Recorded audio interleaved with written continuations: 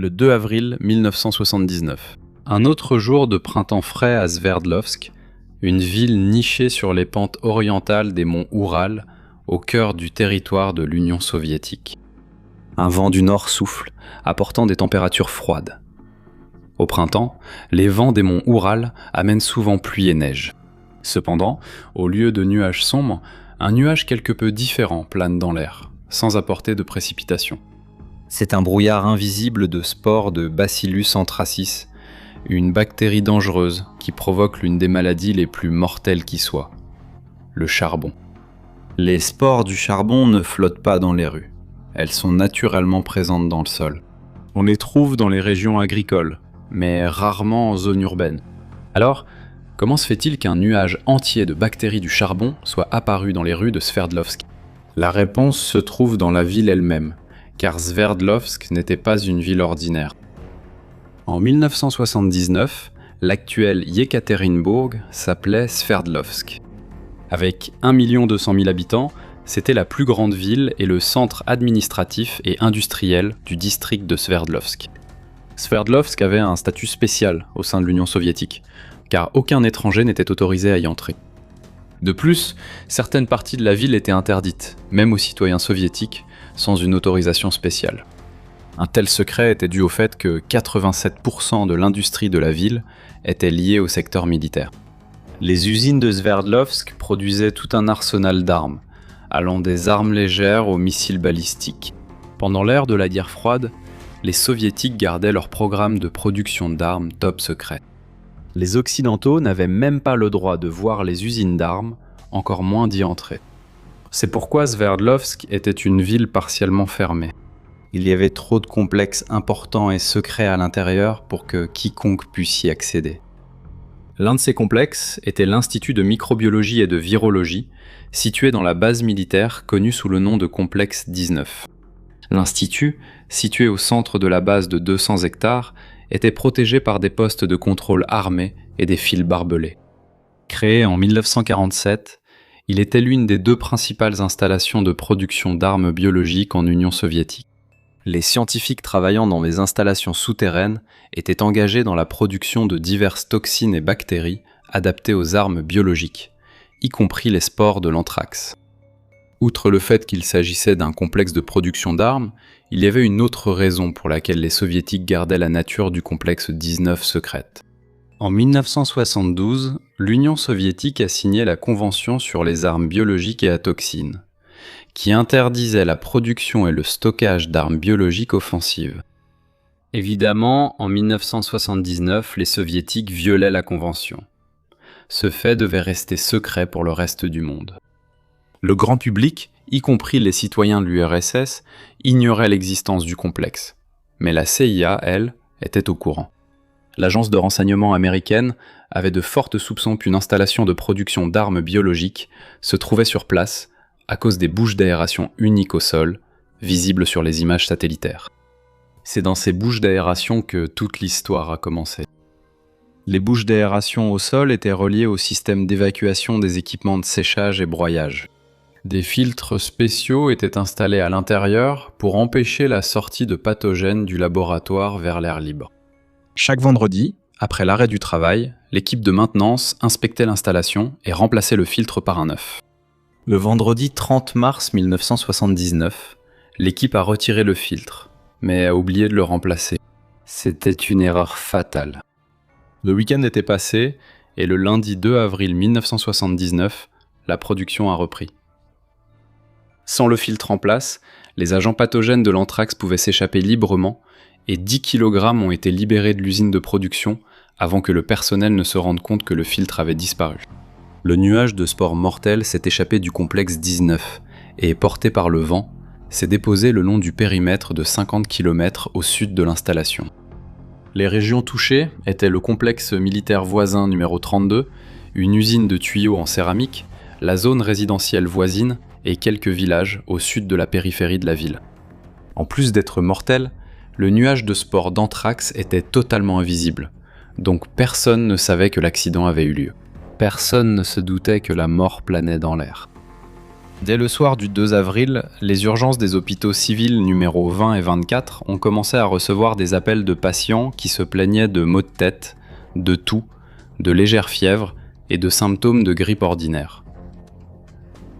2 jours plus tard, des citoyens avec de fortes fièvres, des difficultés respiratoires et des vomissements ont consulté les hôpitaux. Les médecins pensaient d'abord que les patients souffraient de pneumonie, mais à mesure que le nombre de cas augmentait chaque jour, ils ont commencé à soupçonner une épidémie d'une maladie infectieuse inconnue. Personne n'a pensé à l'anthrax, car personne ne savait qu'il existait une usine d'armes biologiques en ville. De plus, le dernier cas de la maladie avait été enregistré il y a des années. La plupart du personnel médical de ces 2 hôpitaux n'avait jamais vu de symptômes de charbon pulmonaire et était complètement désemparés lorsque les patients ont commencé à mourir d'asphyxie, la gorge remplie de sang et la peau couverte de lésions sombres. Ils ont soigné les patients de la seule manière qu'ils connaissaient, avec des antibiotiques et des stéroïdes, mais sans aucun résultat. Le nombre de décès augmentait chaque jour. Finalement, après quelques jours, en examinant le corps d'un patient décédé, une pathologiste a remarqué des hémorragies et de petits vaisseaux dans la membrane cérébrale, ce qui l'a amené à penser que les patients étaient atteints du charbon. Alors la question de l'origine de l'anthrax s'est posée. Les autorités médicales ont rapidement réagi après la confirmation bactériologique officielle du charbon qui a été annoncée le 11 avril. Le lendemain, tous les patients présentant des symptômes graves ont été transférés au service des maladies infectieuses de l'hôpital numéro 40. De plus, le district de Tchoukalovski de la ville, où presque tous les patients vivaient ou travaillaient, a été mis en quarantaine, et des dizaines de milliers d'habitants du district, âgés de 18 à 55 ans, ont été vaccinés. Les autorités ont aussi réagi rapidement, visant à dissimuler l'origine de la maladie.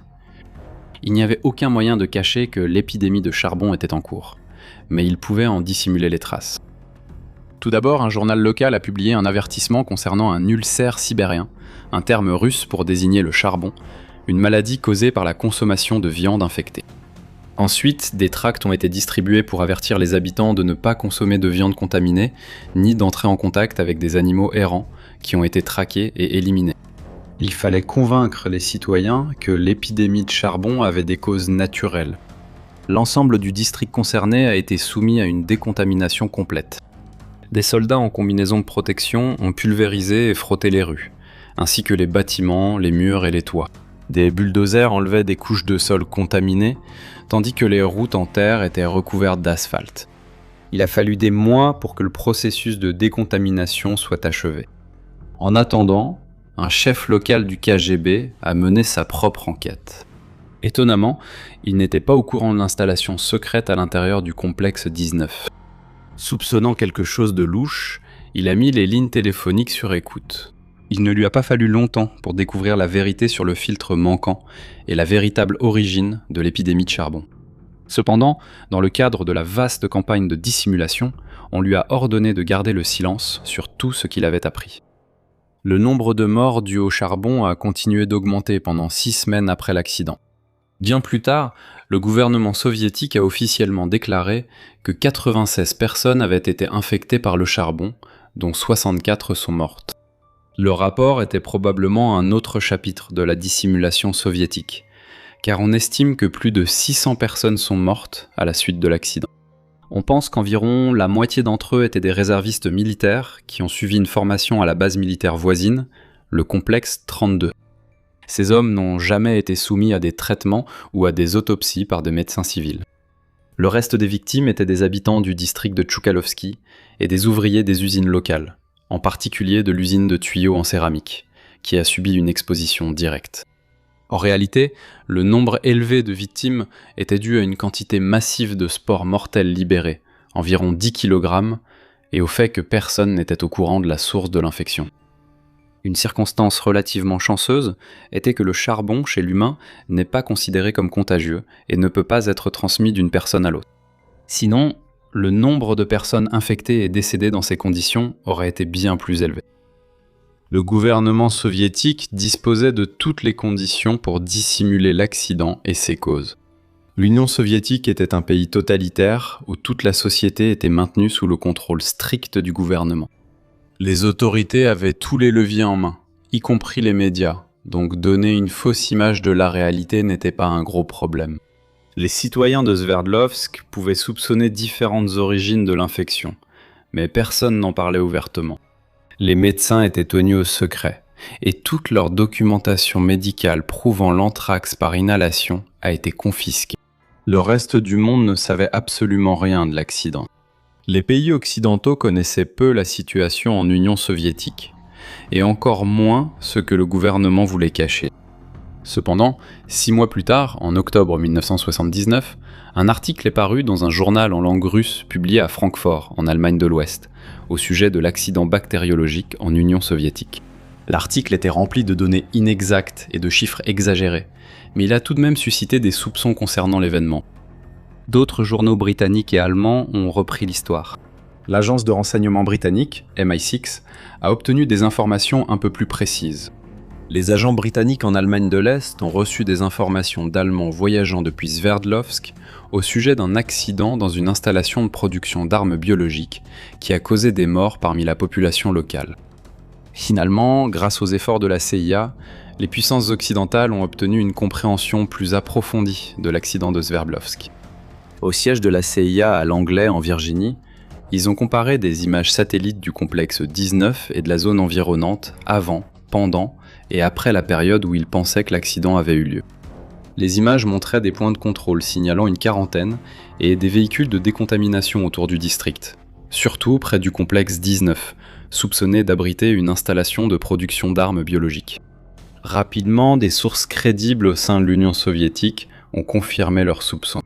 Le 17 mars 1980, le gouvernement américain a présenté une démarche secrète à l'Union soviétique, exprimant son inquiétude concernant le possible accident à Sverdlovsk. Si cela avait eu lieu, les soviétiques violaient la convention sur les armes biologiques et à toxines.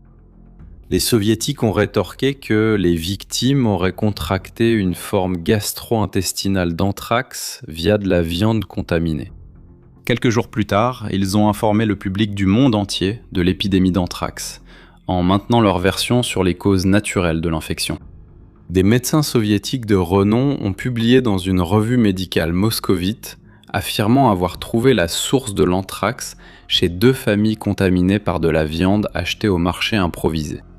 Le gouvernement américain a jugé toutes les affirmations soviétiques invraisemblables. Cependant, sous la pression d'autres questions internationales plus importantes, cela a simplement été retiré de l'ordre du jour. En 1988, l'histoire de la dissimulation soviétique a refait surface, lorsque 2 médecins soviétiques ayant traité l'épidémie de charbon ont été appelés aux États-Unis pour présenter leur cas.